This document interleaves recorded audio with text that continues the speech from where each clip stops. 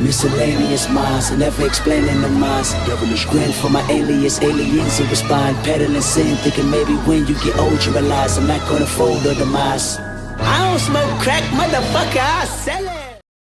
What is going on, everybody? This is the Miscellaneous Minds Podcast. I'm your co-host, Boomer Gato, the cat that hands you your bantamweight title back. And to my left over here is the main man, he's just the narrow, the man that makes the fat stacks. Together we form the dynamic duo that won't die. Deadly ideas, brother, and spicier content than your girl's OnlyFans. What is going on, everybody? Before we get into tonight's topic, please make sure to like, comment, hate, subscribe, DM us about the bullshit. And with that, let's get right into it. So, as my man here said, we have a bantamweight title championship fight on our hands. And listen, I often come to you guys saying I'm going to be as unbiased as possible. I'm not going to do that today. I want my man Merab Dvalishvili to win. Listen, the fact that this man has been funnier doing his skits than Suga Sean, that's Suga Sean's thing. The fact that this man has been bringing the salsa to his skits is hilarious to me. The fact that this man has a Suga Sean look-alike troll constantly with him in these videos is hilarious to me. I fuck with Merab Dvalishvili 100. And listen, I'll keep it a buck. I'm being fully biased right now. I want the man to win. The man is hilarious. The man has the sauce. The man went to Mexico and said he loved the culture, he loved the people, he loved this, he loved that. He was taking videos. I fuck with it. I fuck with it. This man is an honorary Mexican, and because of that, I fuck with it and I support him 100%. I acknowledge it right now. I'm being biased. I don't want you guys to get any sort of misinformation from me trying to pretend. No, I'm being biased. But let me say this. I think the man has the tools to beat him anyway. I think the man is the number one contender for a reason. He has the tools to take down a Sean O'Malley. And don't get me wrong, some of the other people that face Suga Sean also have the tools. I think Merab is unique in this particular aspect. I think given the amount of control he generally asserts in his fights, I think that's going to be good. Now, don't get me wrong, getting into Suga Sean is definitely tough. Getting into him without getting clocked by that strong right hand is definitely going to be an issue. But I think that Merab can do it.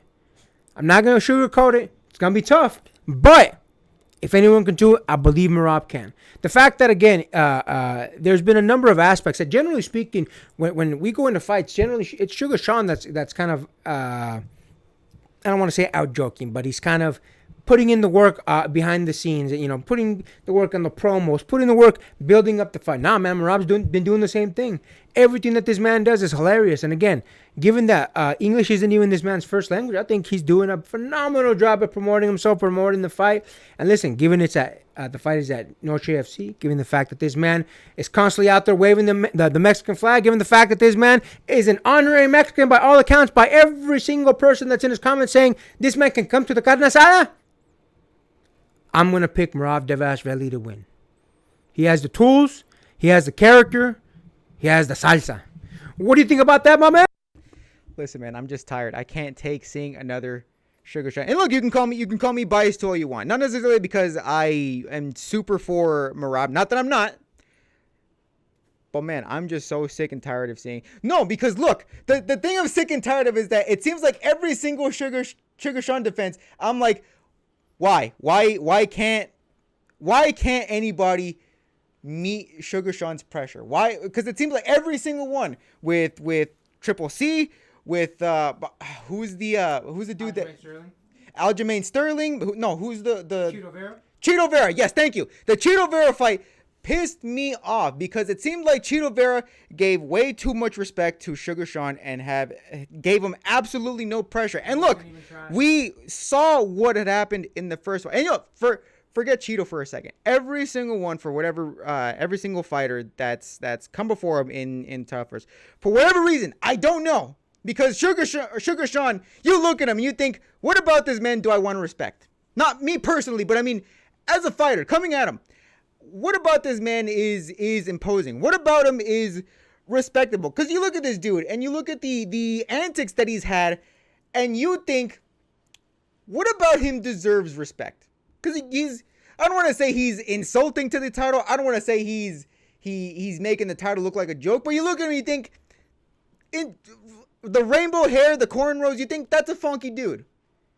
Not funky like Aljamain Sterling, but a different kind of funky. More like What's this dude doing here?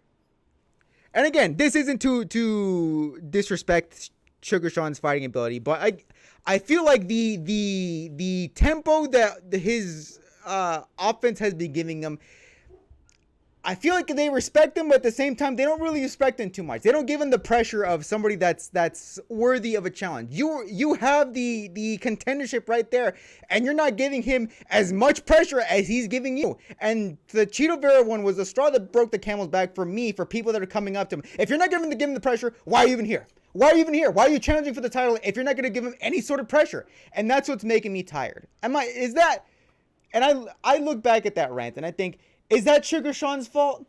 Am I really mad at Sugar Sean for that? No. To say I'm mad at Sugar Sean because his opponents aren't giving him pressure, it's a ridiculous claim, right?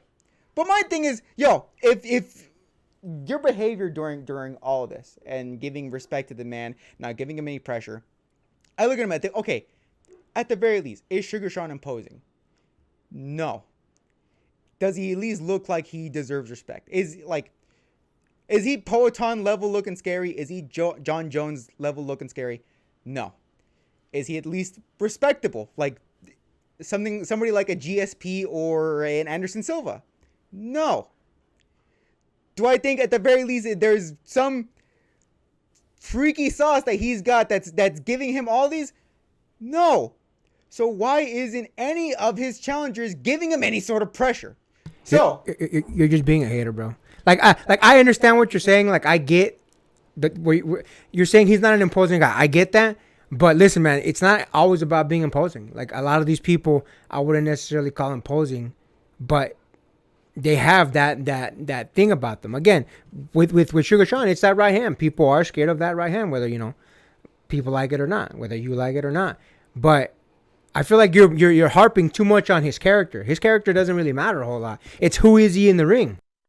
Yeah, but okay, look, but that's the part. Like, I'm not even trying to harp on him because, again, like I just said, my thing is besides the right hand, like, it seems like that's the only thing that seems intrinsically scary about him. And again, I'll give you Sugar Sean has a good right hand. Especially in, what was it, the Aljo fight, and I think even the Henry Cejudo fight. That was the thing that helped do him in and defend the championship. I will give you that.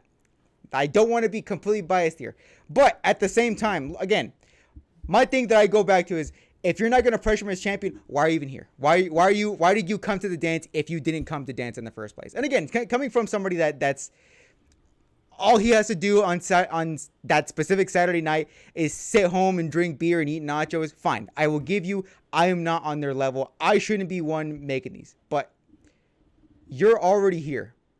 You're already here. You should be giving him the pressure. And that's what I hope that Merab, at the very least, comes on Saturday night, is willing to give that pressure that all the other opponents, all the other challengers haven't been able to give to him before. I mean, I'll be honest with you, man. I think you're being a little biased on that. And I'd say that as someone who acknowledged I was being biased. The reason I say that is because, look, if you go back and you look at the individuals that won, Peter Yan definitely gave him a lot of pressure. A lot of pressure. In fact, a lot of people think he won that fight. Peter Yan won the fight. Aljamain Sterling didn't really get a chance because he got caught pretty early. Pretty early, pretty fast. I think Cejudo did give him pressure. I just think Cejudo, what's the man going to do? I mean, no disrespect to him, but it didn't seem like he went in as much as he could have. And Chito, I will 100% give to you. Chito, I don't know if the man he was mentally defeated. I don't know what it was, but he didn't seem like he wanted it that bad that night. The first fight with Chito and Sugar Sean, that Chito looked like he wanted it. I don't know if it's because this man said that he now drinks, soy milk, and I don't know. I don't know what it is, man. He was saying a lot of weird stuff before the fight, but I don't know what it is. But whatever changed, that drive, that fire, he needs to get that back. Listen, man, we're both not, again, admittedly, the biggest Sugar Sean fans. And I don't even want to hate on the man because the man's champion. It is what it is. But I do think that Chito wasn't there to try. I think some of the other fights were questionable at best. So hopefully Merab is the one that can figure out that puzzle and, really crack the code and get in there. We'll see. Merab is definitely someone that I believe can get it done. Hopefully he does, because if not, I don't know who else in the division can really take it to Sugar Sean like that. But listen, we'll see. Noche FC, September 14th. We'll see what each one of them brings. We'll see how it goes. Again, I've made it clear who I want to win. Based on what my man said a second ago, it's clear who he wants to win. we'll see how it goes, man. We'll see how it goes. Looking forward to it. It's gonna be a great card. It'll be interesting. It'll be interesting. And with that, make sure to like, comment, hate, subscribe, DM us about the bullshit, and Until next time, get rest and stay blessed. We'll see you on the next one.